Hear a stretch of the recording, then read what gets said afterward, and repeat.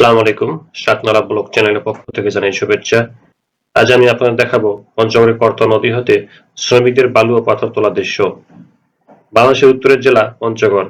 জেলার মহানন্দা, করতোয়া, টাহুক, বেরম, চাওয়াই, তালমা ও বুড়ি তিস্তা সহ বেশ কয়েকটি নদী থেকে পাথর ও বালু উত্তোলন করা হয়।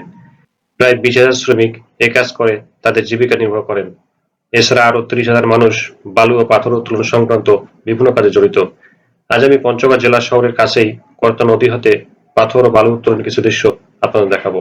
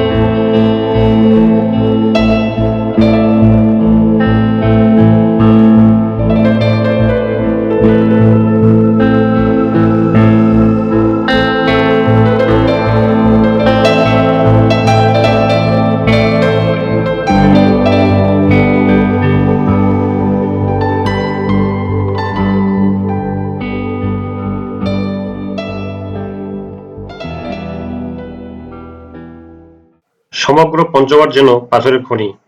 এখানে মাটির নিচে প্রাকৃতিকভাবে পাথরের সন্ধান মেলে। পঞ্চগড়ের উল্লেখযোগ্য নদীসমূহের তলদেশে কিংবা সমতল ভূমি খনন করলেই পাওয়া যায় পাথর। পঞ্চগড়ের নদী-নালা, খাল-বিল এবং সমতল ভূমি, আবাদি জমি যেখানেই খোঁড়াখুঁড়ি করা হয় সেখানেই পাথরের সন্ধান মেলে। পঞ্চগড়ের প্রধান খনিজ সম্পদ ভূগর্ভস্থ পাথর। প্রতি বছর এখান থেকে হাজার হাজার মেট্রিক টন পাথর উত্তোলন করা হয়। বাংলাদেশের প্রয়োজনীয় সিংহভাগ পাথর পঞ্চগড় থেকে সরবরাহ করা হয়ে থাকে। এই পাথর দিয়ে নির্মিত হয় দেশের বড় বড় স্থাপনা সহ বাড়িঘর, রাস্তাঘাট, কালভার্ট, সেতু ইত্যাদি।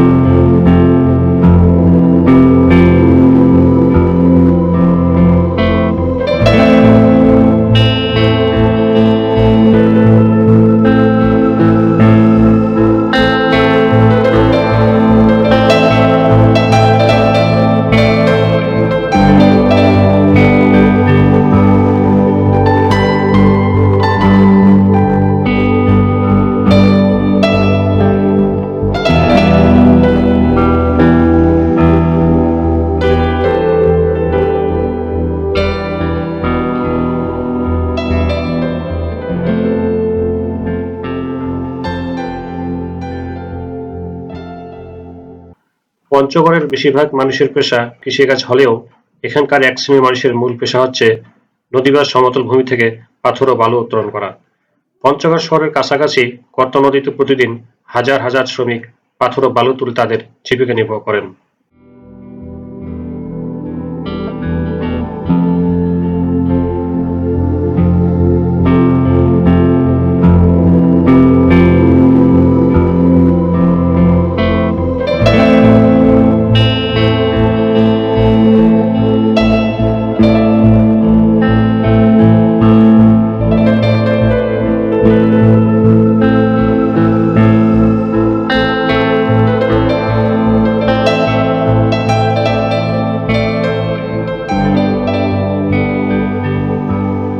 বর্তমানে নদী হতে উত্তোলনকৃত পাথর এই অঞ্চলের অর্থনীতির একটি গুরুত্বপূর্ণ অংশ এবং এটি স্থানীয় অর্থনীতির মেরুদণ্ড হিসেবে কাজ করে। নদীতে যখন পানি কম থাকে তখনই শুরু হয় পাথর ও বালু উত্তোলনের ভরা মৌসুম। বর্ষা মৌসুমে পানি বেশি থাকায় পাথর উত্তোলনে সমস্যা হয়, ফলে বর্ষা মৌসুমে তুলনামূলক কম পাথর উত্তোলন করা হয়।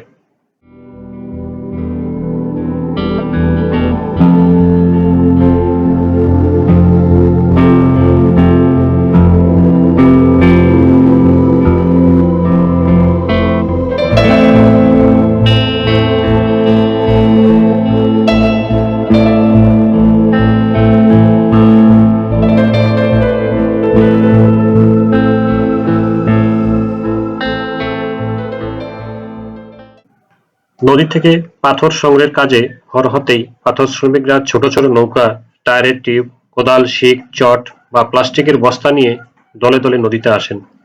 প্রথমে লোহার শিক দিয়ে পানির নিচে খুঁচিয়ে দেখা হয় পাথর আছে কিনা। যেখানে পাথরের সন্ধান পান সেখান থেকে পাথর তুলে নৌকায় রাখেন। নৌকা পাথর দ্বারা ভর্তি হলে সেগুলো তীরের শুকনো জায়গায় রাখেন। এভাবে চলে সন্ধ্যা পর্যন্ত প্রতিদিন তাদের পাথর ও বালু উত্তোলনের কাজ।